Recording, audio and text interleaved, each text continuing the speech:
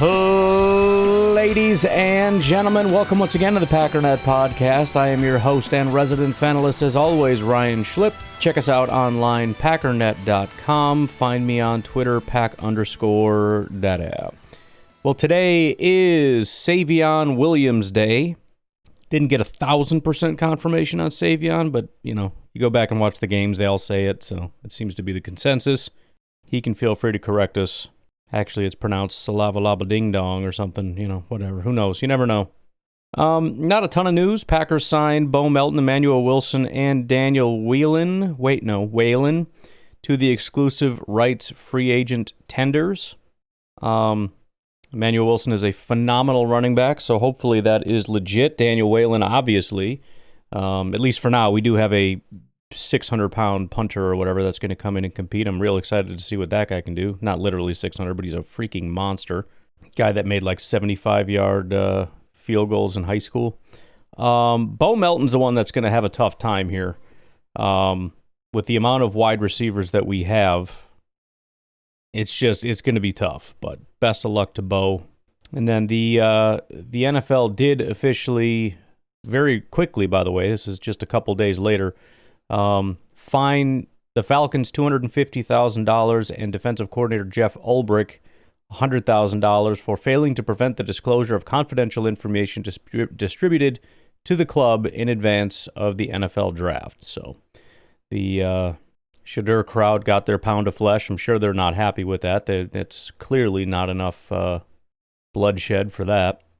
But that's all you get.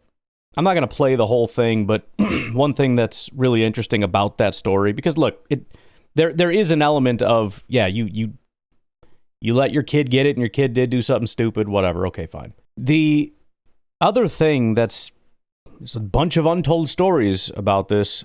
Apparently Shedeur Sanders doesn't have an agent. This is via Adam Schefter. He was on Pat McAfee's show talking to Ty Schmidt, and he was telling a story about how essentially Shedeur's dad, his camp, whatever the situation is, sent out his phone number to the entire distribution list. As in, I don't know what's on the distribution list, but pretty much everybody on there got his phone number. And Schefter saw that and thought, oh boy, this is about to be a problem. In other words, a lot of people knew this was going to happen because you're not supposed to do that. And if he had an agent who would have handled this properly, he would have been able to make sure that the numbers got to the people that needed it when they needed it, not just every single person. Again, it still happened. Shouldn't have left his iPad sitting around, and his son shouldn't have been poking around in there and then stealing information off of it and then doing prank calls. I get that. I understand. But, this has just been a massive mismanagement from the start. I will say, though, it's I think I already maybe talked about this, but it seems to be the consensus that a lot of teams didn't really see him as a first-round prospect to begin with. So to have him come in with this sort of like swagger of, I'm going to decide what team I go to when you're trying to decide if you want to pick him up in like the second or third round or whatever, and he's like, yeah, I'm going 3, or I'm not going 3 because I'm going to refuse to go to the Browns. Or what the Browns were 2, I think, right? Yeah, I'll go 3 to the Giants. I ain't going to the Browns, though. We'll force an Eli situation. What, bro? The other funny thing, people are talking about, like, well, what about Eli? Eli did it. Yeah, dude, Eli was good. You know who else did it? Literally, your freaking dad did it. Your dad did all this stuff. But he still went early. You know why? Because your dad's really good, and you're not as good. Anyways. All right. Speaking of personalities, Savion Williams has got an interesting personality. If I could comp him to somebody that is relatable to all of us, it would be Romeo Doubs. Very emotionless, very just like, okay, whatever. I want to actually start off, we'll get to the press conferences and whatnot and see what the team has to say. I want to start off by kind of getting to know the guy because, again, pretty unique kind of personality. You could certainly take it as a negative. Romeo seems very detached, but that doesn't mean he's not a hard worker. And I think that's kind of the fear when you talk to a guy like this, is it feels like he doesn't care. But we heard early on the stories of Romeo Doubs, like when the practice was over, he grabbed some training staff people and was like, hold up, let's feed this jugs machine to me so I can keep grinding. Romeo's a worker. He's just a very introverted kind of a person. And I think it's not the same, but similar with Savion Williams. So here is, and this is him talking about Cordero Patterson, which you can't get away from it because it is the perfect comp, although I don't like it for obvious reasons. But the funny part of the story is apparently these two have very similar personalities, Cordero and Savion. So I'm going to play this. It's just a short little clip here, but it's a first kind of introduction into the personality of Savion Williams. Cordero Patterson is like the absolute perfect player comp for Savion Williams. And it's not just the size. It's 6'3", it's basically 6'4", 222 pounds. Ran a 4.48. He's got 32.5-inch arms, 10 1/4 hands. He's a freak of nature, okay? I remember Cordero Patterson came into one team in his meetings, and they were asking him about like, what's your plans? It's January, we're at the combine. What are your plans? We're finishing up school. He's like, school? You kidding me? He's like, I didn't even get books last semester.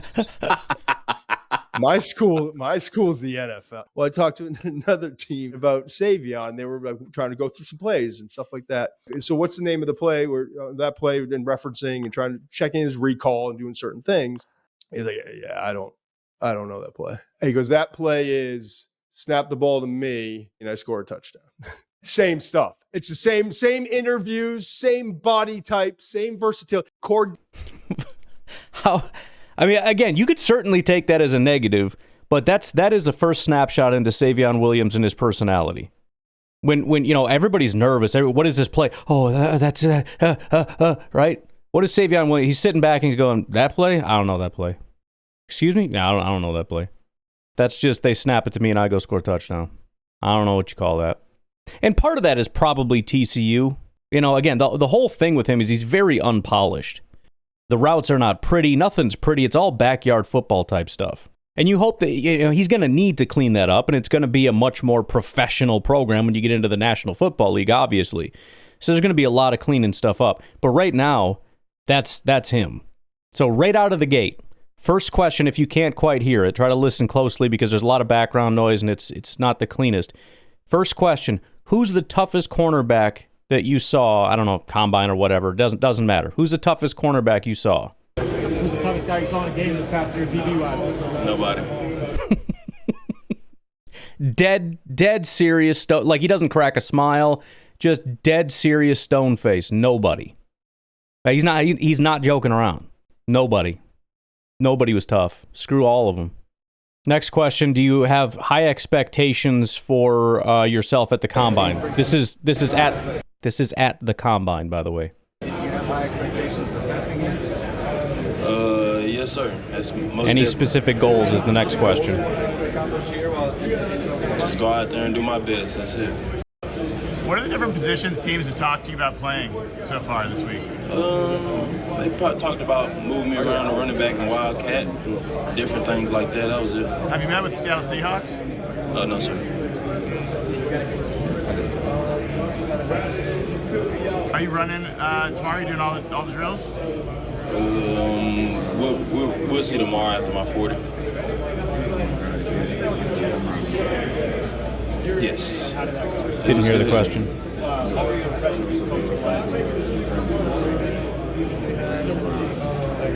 I really don't remember. It was too many of them, man. So I couldn't quite hear. It was so the question was, did you meet with so and so? And he said yes. And they said, what were your impressions? And he smiled and said, I can't remember. I've met with too many people. I think the next question is, how would you feel about playing in New York? Shoot, anywhere. I love to play. I mean, I'm not picking on where I want to play. It's whoever chooses me, that's where I want to play. And how would you describe your play style to people who are unfamiliar? How would you describe your play style? My play style is very physical. Like I would say, wherever I am, I'm physical. Backfield, receiver, that's how I play, is physical. I think a lot of people naturally think of Deebo Samuel as a comparison. But Deebo is the comp. That you like to watch that are not. Who do you like to watch? For a receiver person, I like to watch is DK. What about DK's game? Just physical. That's it, physical. So what about DK? Physical. I'm physical. He's physical. Okay? You freaking understand? This is one of the funniest parts. And again, this could absolutely come off as arrogant and not a good thing, but I find this absolutely hilarious. The question, you can kind of hear it, but the question is about his run blocking abilities. In front of me, moving around. Savion, how would you rate your run blocking? Out of what, 1 to 10? 8, 9. What part do you need to work on? What do you need to work on? I wouldn't say working on it, because, I mean, it's kind of easy to block. I mean, you just got to catch the person, and if they ain't trying to run from you or anything, so, I mean, it ain't that hard. Do you enjoy moving a guy from point A to point B? Yes, of course. Yes, ma'am. And with that Deebo Samuel comparison, what do you like about his game? What do you watch? I think I answered this a few questions ago, like how they just move him around. Like if, you got a player that can move from the wide out position to the backfield, I mean, that helps your team a lot. So, I mean, just being able to move around. So what do you like about DK? Well, like I said just a couple questions ago, that's pretty much the end of this clip. This guy is one big contract away from giving a "I'm just here so I don't get fined" press conference. Just to kind of follow. So this is him at TCU giving a interview after winning against Oklahoma State. They clinched a bowl berth, so he's a little bit more excited. He's probably a little bit more comfortable. I think he's probably uncomfortable at the combine and whatnot. But he's a little bit more open, and for those that are maybe a little concerned about, he's not a great person or great teammate or whatever. The question here, and I've skipped ahead about a minute, several questions. He's much more vocal and happy and all that stuff. But the question is, what does it mean to you that your coaches and teammates call you unselfish and all that kind of stuff? It means a lot. I mean, because that's all I do it for, them and my family. I mean, I come up here every day and look at them and work hard for them. So, I mean, for them to say that, I mean, I'm doing my job. So again, he's an introverted guy, obviously. He's probably not, this is not his thing. But the question really is, I don't really need a football player that's an extrovert. I think it's fun. I think it's funny. I think it can be kind of cool, and it can endear himself. But again, Jair is that way, and I don't know that he's super endeared himself to the locker room. I think what endears you is, do you put in the work, and are you a team player? And I think that's what you get from him. He doesn't want to do the press conference. He wants to get in the gym and go work out and get in the well, I don't know about the film room because he doesn't even know the name of the place, but that's what's important. Here's another clip of him. They asked him to comment on his teammate Hoover. I don't know if that's the quarterback or what. I don't know about TCU, but again, I want to get little bits and pieces. When you have this kind of attitude, I want to know that you're a team guy and all that stuff, and so stuff like this matters. Hoover is grown, and it's crazy to see, like, Iowa State last year, and when he first stepped into the role of being a quarterback to now, he's like grown like so much. And it's, for me, like, to watch him like come in as a freshman and then get a starting job, and now he's like the man around here, is like, it's a great thing to see. I love it. Another clip a little bit while later. Question doesn't really matter. It means a lot. I mean, like I said earlier, I mean,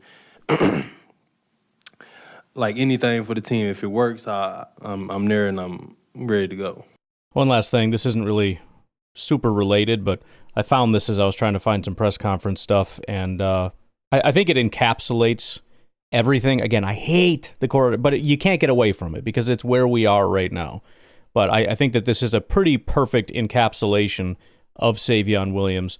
This is Check the Mic. These are the two PFF guys that went off to, I think, 33rd team and started a podcast over there. We need to talk about Savion Williams, the other TCU wide receiver. 6'4", 222 pounds. He's this Cordero Patterson hybrid wide receiver running back that we don't know quite what to do with. But he is big, fast, dynamic ball carrier. I can't quit players like this. The NFL doesn't know what to do with them, and they almost always fail because of it. And yet I watch him play football, and I want that guy on my team. So there you go. That's about it. Like, I don't know if it's going to work, and I don't know if he's going to be used as just a gadget guy. I don't know if they try to make him a receiver, if it's going to work. It might not work, and so he's forced into that gadget role, and then it's, can you make that? I don't know the answer, but you can't watch Savion Williams play football and not be excited about the fact that that is now a Green Bay Packer. That specimen of a human being is a Packer. All right, let's take a break. We'll come back. We'll rip through some of the press conference stuff about what the front office staff, I think Matt LaFleur is part of it too, what they had to say about Savion on the other side. We'll be right back.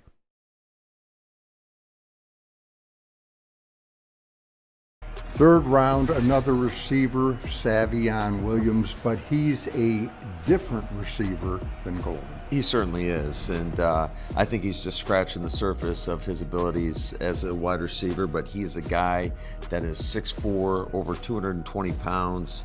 He's big, he's fast, he runs with power, and you're just trying to find different ways to get him the football. Speaking of which, are you kind of excited to work with him, find out what he can do, and kind of flex your creative muscles? Yeah, I think collectively as a staff, that'll be fun. Maybe pick his brain a little bit because they were pretty creative there at TCU. Tell me about your third round draft pick, Savion Williams.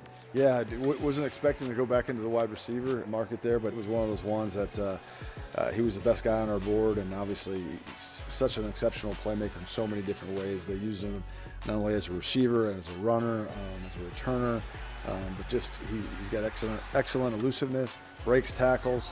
He's just a playmaker with the ball in his hands. Are his dimensions similar to Christian Watson? He's about that size. Yeah, they're a little bit different body types, but he's 6'4", he's 220 pounds, runs very, very well, and just very, very strong athlete. Now, did I get this straight? He had touchdowns throwing, receiving, and running. Yeah, he's like I said, he's a very versatile guy, and it's going to be exciting to see how he fits once he gets comfortable with our offense, how he fits in, and what Matt and his staff could come up with. And here's Gutekunst after day 2. So we did the Bo Melton stuff already. Here's him, the Savion, or I think he even calls him Savion, so I don't freaking know. Coming back with Savion, it was just, didn't think I'd be up here talking about taking 2 receivers, but when he was up there, he was just another one of our staff favorites across the board, and just so versatile, so many different things. I think he's one of those guys that Matt and his offensive staff, just the creativity they can use this guy in so many different ways that, it was just we were really excited to get him. So, again, I think we did some good for the Packers. We got a big day tomorrow, but. Brian, you drafted 2 receivers, but they're very different, right? Yes. I mean, does that the versatility and how different they are? What does that do for you? Think? Yeah, I think both of the receivers we drafted, they are different skill sets, but they're both really versatile as well. They both can play outside. They both can play inside. I know I talked about Matthew last night, but Savion, he's 6'4", 222 pounds. He's done a lot of wildcat running back stuff. He's played inside out of the slot. He can play outside. He's so good in the red zone. I just think he's really versatile. And then we talked about Matthew last night too, and we feel he can do both as well. And both guys have return ability, so it's just receivers that can do things with the ball in their hands is very important to us, and both these guys can do that. Compared to Cordero Patterson, obviously you had Ty Montgomery here a while back who did a little bit both. Tyler Urban was kind of a gadget guy. What sort of role do you envision for him? Yeah, I don't really look at him as a gadget. We look at him as a receiver. Thank you. Obviously he's versatile and he can do a lot of things. I do think he can do some of that stuff that those other guys did as well. But I think he's one of those guys we look at as a receiver that can do all the things that we ask. I do think it's going to be interesting how Matt draws some stuff up. When we had Tyler and did some of those things, I thought it was pretty unique how Matt was able to see him and find areas that he could help us produce. And I think this will be the same way. Brian, when you started studying Williams, what was the first thing that struck you about him? His ability with the ball in his hands. He's obviously his size as well. He's a huge man, but his determination, his ability, his elusiveness, his power, ability to break tackles. I just thought that those were the first things that stuck out to you. Because they moved him all around in different ways, I thought there was a little bit of a rawness to his game as far as the polish as a route runner and things like that. But his ability to create separation and get behind guys vertically, catch the football, all those things I think were he just really seemed to fit what we're trying to do. Brian, Savion comes from a TCU program that's throwing the ball anywhere from 35 to 50 times a game. Yeah. And their other receiver went in the second round tonight. So, that kind of an air raid program, does that give you a lot of tape on the crispness of the routes and all those other kinds of things? Yeah, we had a significant amount of tape on Savion. I think, again, I'm sure you guys have probably looked at it as they went through the season, they were just trying to find a way to get the ball in his hands, and they did a ton of Wildcat stuff and to get him a touchdown. Yeah, we sure did. And then jet sweeps and different kind of things. And he was obviously one of their main playmakers for them this past year. So another kid that we brought up here and had a 30 visit with, spent some time with, and I think we all really felt that he was going to be a good fit here. Again, a guy who's gone through some adversity in his life and come through the other side of it, which that's always one of the things that we look for.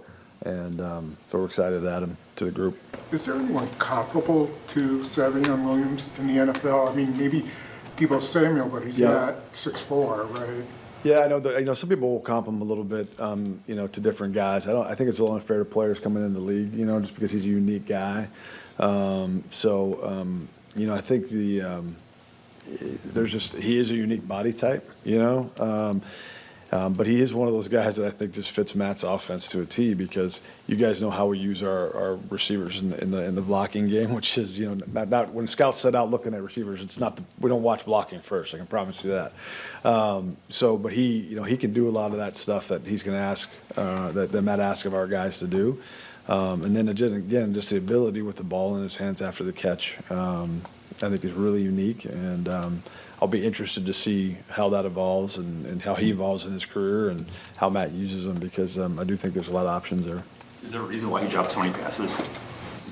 Yeah, no, obviously you go through that and you see the number. We don't really have any issue with his hands. I think it's, I think he's still developing, but he shows the ability, and I'm sure you guys have seen it in some of the clips. Like, he has an excellent ability to extend and pluck football in traffic and make big-time catches. So some of that is just, consistency and cleaning that up, but we don't foresee that being a huge factor. Brian, I think there were a lot of people surprised he was on the board. Williams, that is, at 87. Mm-hmm. Was there consideration at 54 with him? Certainly we wouldn't have had a problem taking him there. We had at that particular pick, we had a number of options. So we went with what we went with Anthony. But anytime you pass up some players at a pick, and I don't know how many picks in between, you kind of have to, in your mind, say, okay, those guys are going to be gone. So when they're still available, it's a nice surprise, and it was excellent for our football team. And then we got at the conclusion of the draft, both Matt LaFleur and Brian Gutekunst spoke a little bit, and Matt LaFleur calls him Savion. So there's that. Do you feel like it helped the explosiveness of your offense at all in the last 3 days? I think so. Yeah, absolutely. I think Golden, his ability to take, you can't coach 4.29, so, or whatever they had him at. So between him, Savion Williams, another big explosive guy, 6'4", 220 plus, just being able to find different ways to get him the ball. I think he's still unpolished, I would say, as a route runner, but I think there's a ton of upside there in his development, and there's a lot of different ways that we'll be able to use him. So really excited about that. Is there a comparison there to like a Deebo Samuel? Is that kind of how you would consider? Well, you try to avoid comparisons. Certainly, you don't want to put that pressure. Deebo's a hell of a player that's done a lot in this league, but I think you love the versatility. Just his ability to go in there and play Wildcat quarterback, to get in the backfield and play as a halfback, or however you want to use him. Jet sweeps. You just want to find different ways to get in the ball, because he's so big, he's so powerful, so explosive, and I think that guys just have a tendency to bounce off of him. So, I think he's just kind of scratching the surface of the playmaker that he can become. Matt Goody. I just every once in a while you get like these little flashes And as he was speaking, I was trying to think, like, obviously I'm not a creative play caller like Matt LaFleur, but, you like to have fun with stuff. So as he's talking, I'm thinking in my head, like, what would I do trying to get the ball in his hand? And what clicked to me was envision him in the backfield, which you could have, you could put him back there with Josh Jacobs. Got your pony, and he flexes out, and Jordan goes and pump fakes to him to draw down the linebackers, and you've got 4.29 Golden over the top of that. You could have, a guy like Tucker or, Musgrave, because of his speed. If he's streaking up the middle, I mean, just think how stressful that is. And that is the West Coast offense in a nutshell. It's to stretch out the defense vertically and horizontally. And when you have a guy like Savion Williams rushing to the sideline, now you're stretching them not only to the sideline, and you could send Jacobs to the other side, so you're stretching the full width of the field, but also behind the line of scrimmage. So you're wanting to pull up the corners who are they can't because they're chasing the. And if they're not chasing the wide receivers because they're playing zone or something, you're just creating massive gaps all over the field, and then you're filling those.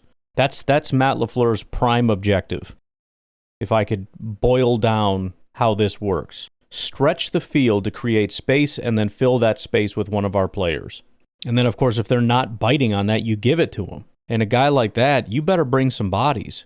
There's a clip, I didn't play it, that he was talking about, but they were talking about, do you want to, run over DBs or whatever? And he's like, oh, heck yeah. He said, linebacker, I mean, they hit different. In the middle of the field, you take some hits. He's like, I spend most of my time either in the gym or in the cold tub because I take a beating in the middle of the field. But, when you get out by the DBs, he's like, those guys there's nothing out there. I'll smoke those guys, So it is a very cool thing to add him as a piece because the speed, what he can do with the ball in his hands, which I know is an overused thing, but legitimately it matters because if he can make one guy miss, you can feed that guy over and over and over again, and it becomes somebody that you absolutely, even if he could be our fourth best as far as talented receiver, and you can't not game plan for the guy as a defensive coordinator. You have to put resources on that. And then, with Golden and his speed, you got to put some resources on it. Raw, Savion Williams is as a route runner right now. Do you think there's ways to still find for him to help you in 2024? Absolutely. I think you can always design. It's, we always talk about the only thing that limits you in terms of your creativity is your imagination. So we'll get back in the lab a little bit and we'll come up with some good things for him. But I was super impressed. So he was one of the guys that we had in on a 30 visit, and I think we had a great visit with him. He was very intelligent, and I think he'll be... See, and again, these are why 30 visits and things exist, right?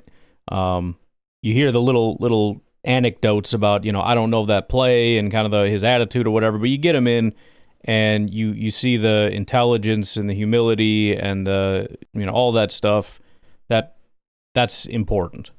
A guy that will be able to handle the load, not just as maybe your prototypical outside receiver, but I think he'll be a movable chess piece that we can find different ways to put him in advantageous situations for us to get him the football. And then Gutekunst did do a post-draft interview, but they never really brought up Savion Williams, probably because they already talked to him about him. But I think with that, we'll take our final break. We'll come back and kind of dig into this whole pre-draft process and see what we can find on Mr. Savion Williams. We'll be right back. All right, so in the final part, I want to kind of go through. We don't, unfortunately, have a Senior Bowl or East-West thing. He was invited to the Senior Bowl. Unfortunately, he accepted it and then had to pull out. He ended up having labrum surgery. I can't find any real information. It's kind of an odd situation. Obviously, he, again, to accept it and then later pull out because you're getting surgery on an injury. Presumably, it was some kind of a nagging injury. He thought he could get through and then decided to get surgery or something. I don't know. Again, not a lot of information on that. I can't even find information on what happened. I've checked multiple places to try to figure out when it happened, how it happened. Couldn't find anything. And unfortunately, because of that, that kind of limits my ability to give a timeline. This obviously happened sometime before the Senior Bowl, so that would be the timeline of how long it's been. But I am curious about the timeline. By the way, the rookie minicamp starts today for you, I believe. So maybe we'll get a little bit more information if we can see him. Usually not a lot of news coming out of that, but I haven't really heard anything that, maybe just nobody's caught up to it yet, but I haven't heard anything as far as will he be missing any time or whatever. There is a tentative timeline of like he could be back in 6 to 12 months, which I know is a terrible thing to hear, but this might be a little bit more extreme. I mean, they're talking about him being in a sling and whatnot. I don't remember ever seeing him in a sling. This surgery, by the way, could have taken place at the end of 2024, but the fact that he was at the combine and seemed to be fine running a 40 and all that kind of stuff, he must be progressing pretty far into his rehabilitation. Apparently, the sling use is discontinued at about 8 to 12 weeks. So if he was even in a sling to begin with, he would have been 3 months into this already, beyond 3 months.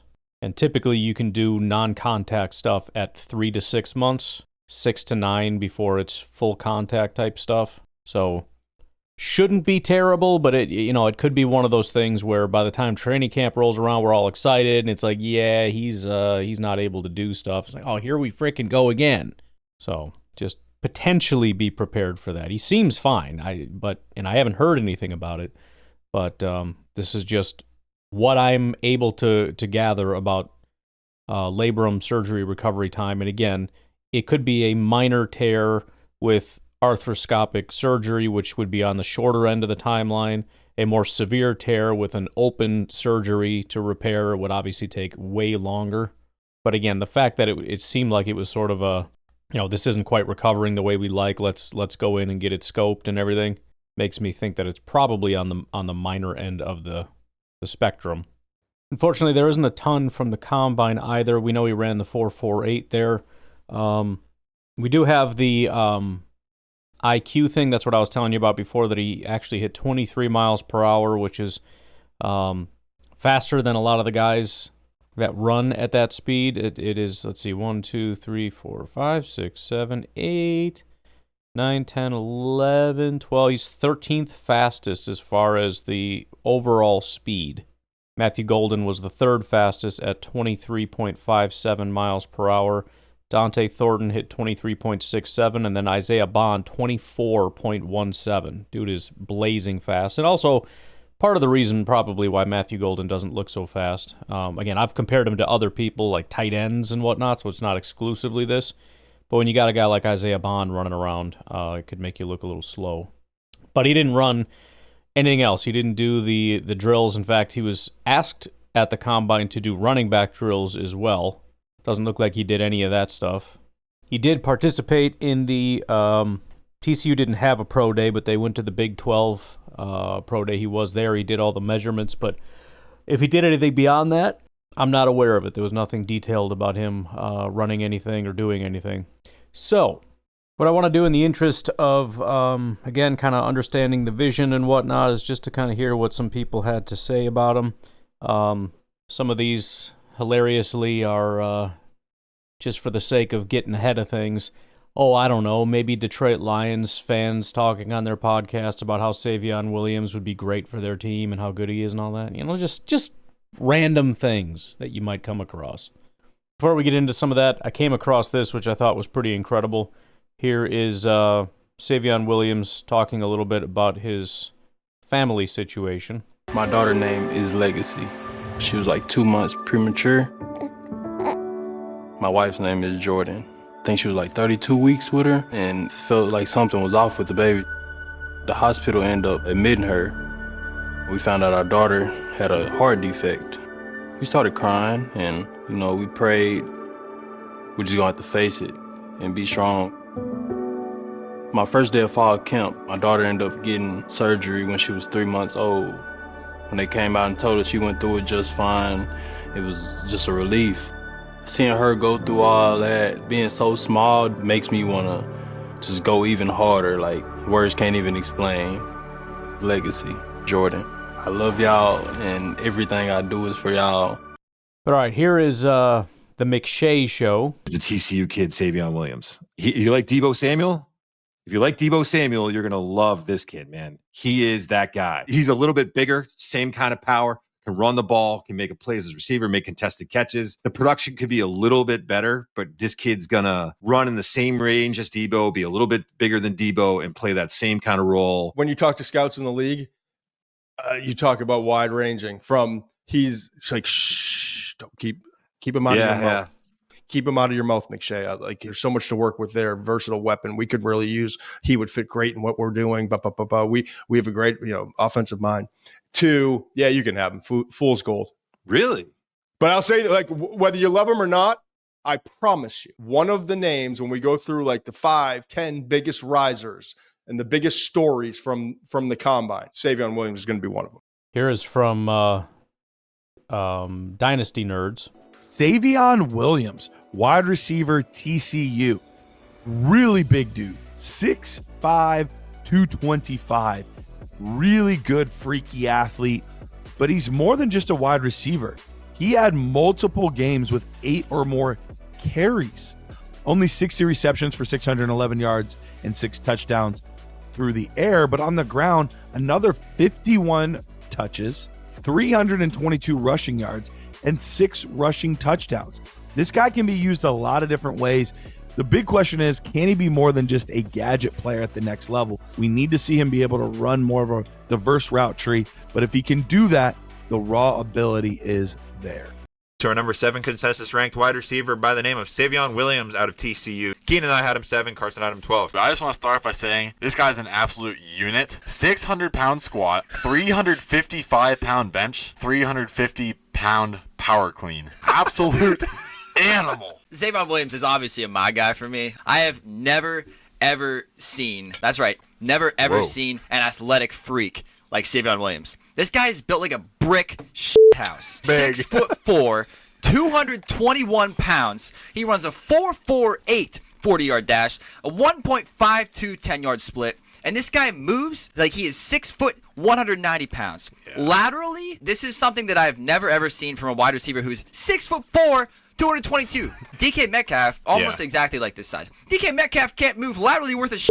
Savion Williams can juke, cut. Big guys aren't supposed to move like this. He makes it look so fluid and natural. Ball carrier vision, plus his cutting ability to hit lanes that open up are great and just so much fun to watch. He's also strong at the catch point. If you throw the ball up to this guy, he's probably going to come down to it. I was blown away by Savion Williams. Just as a football player, he's not a wide receiver. He's not. But as a football player, you have to rank him this high because he is a difference maker on the field. I could not agree more. I love this dude. Elite combo of size, strength, explosivity, power. He's a true multi-tool gadget player. He's a big mismatch for most corners, even though he's not a true receiver. He was also a high school quarterback. Strong. And this shows in his insane almost 90% contested catch rate. He's super versatile as well. 60 receptions, 51 rushes. I don't know how it's going to work in the NFL because the NFL, you don't really see guys like this. You usually have to specialize in one point, at the exception of a couple guys. Also, he definitely has his flaws as a receiver. Insane, almost 12% drop rate. He's not going to be drafted for his route running. He is much better with the ball in his hands than without. Whenever he's running routes, it looks like he's trying to make the cornerback miss. Like, it looks like he's playing backyard football. His footwork gets messy. There's no real direction or plan. He's just running, and then he comes to the cornerback. He's like, we'll try a spin move here. Dance a little bit, yeah.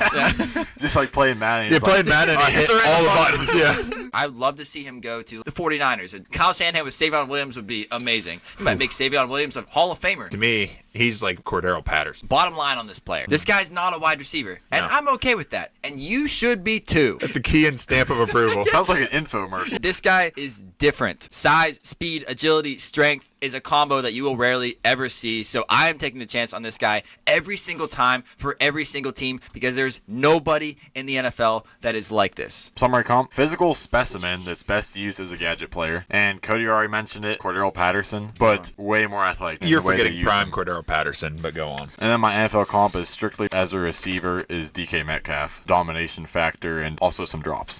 I do not get why more people are not talking about TCU's Savion Williams. Wide receiver / running back. We'll get to that in a second. But the dude was basically built in a lab at 6'4", 222 pounds. The speed and the power combo is just so fun to watch. Williams is one of the more fun players to watch in this entire draft class. And yeah, like I said, wide receiver, but also ran the ball a ton out of the backfield as a running back too. Fulfilled like this Deebo Samuel type of role in college. Can he do that in the NFL? I don't know, man. But Williams is so much fun to watch. Get into a couple other team things here. Here is a Seattle Seahawks podcast. That's one of the things Savion Williams is interesting to me. Like an 88% contested catch rate is insane. Like that's insane. It also means that he's always covered, which I get.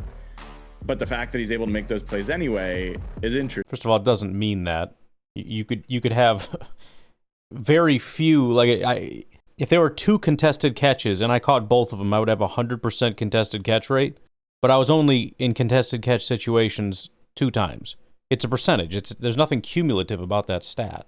Interesting. So when you're 6'5", 225, and you have an 88% contested catch rate, that's very different than when you're DK Metcalf and you're 6'4", 225, and you have 33% contested catch rate.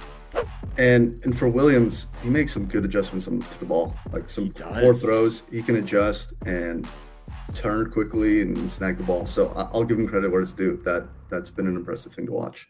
Here is a Dallas Cowboys blog or podcast, YouTube channel, whatever. It would not surprise me, because we've been doing this a long time, Law. Would not surprise me if he creeps up to the top of the second, maybe even first round, because when you look at his size, when you look at what he does after the catch, and what teams will say is when they go to the combine, they look at him versus other receivers, they'll say he's already physical. Mm-hmm. He doesn't have a lot of production, but they'll look at TCU's offense, and they did a lot of like direct snaps, and like they basically used him as a chess piece versus a receiver. Mm-hmm. When he goes through receiver work and he runs that 40 at 6'4", he's the best athlete at receiver this year, and it's not close. Here is a Chicago Bears podcast. Catches with his hands easily. Great hands. But he's that explosive that his offensive coordinator is probably up at nights, all night long, thinking about ways he can figure out how to get this cat to touch the ball. If you have not seen Savion Williams play, are you kidding me? This dude changes the outcomes of games with one touch. So be sure to throw that in people's faces if Bears fans start chirping about this dude can't play. Finally, last one. Detroit Lions podcast. This is Detroit Den. I think when we look at Savion Williams and you come into this wide receiver room and you got Amon-Ra St. Brown in there that's pissed off when he loses, I think that's exactly what you need. Like no funny business. Like when you come into these meetings, it's time to work. It's time to pay attention, know your job, block, get open, do whatever you got to do when you're a wide receiver. 6'4", 222 pounds of just Swiss Army knife. Just not overly athletic, but he can do a lot of things. Like we were looking at him before we started recording, and 320 rushing yards as well. So this is just a guy. He literally reminds me of a bigger version of Deebo Samuel. So they might all try to downplay this, Bears and Lions and Vikings fans and everything else, but go listen to them prior to the draft about how they wanted to add them to their wide receiver room. By the way, there's another video. I think somebody sent it to me. It was a Bears fan when the Packers are picking, saying, please don't pick Matthew Golden. And he was so sad when the Packers announced that they picked Matthew Golden. So they can pretend now that the draft is done that, I saw some people already say it. Matthew Golden ain't that good. Burden's better than Golden, which I did like Burden better than Golden, so I can't super talk, but they're already chirping, man. Anyways, I think that's a pretty comprehensive look at what we're getting in Savion Williams. This is the epitome of boom or bust, right? He's either going to be some gadget guy out of the backfield that's not going to be, he's either Ty Montgomery or Deebo Samuel. That's what we're looking at right here. Or a more athletic, or athletic might not be the best word, but a better DK Metcalf. So, anyways, I'm going to leave you with that. We got some more tomorrow. I'm going to try to get to work on a Savion Williams video. We'll see. I was up last night trying to do a song. I didn't like any of the songs, so we'll see how she goes. But you guys have a good rest of your day. I'll talk to you later. Bye-bye.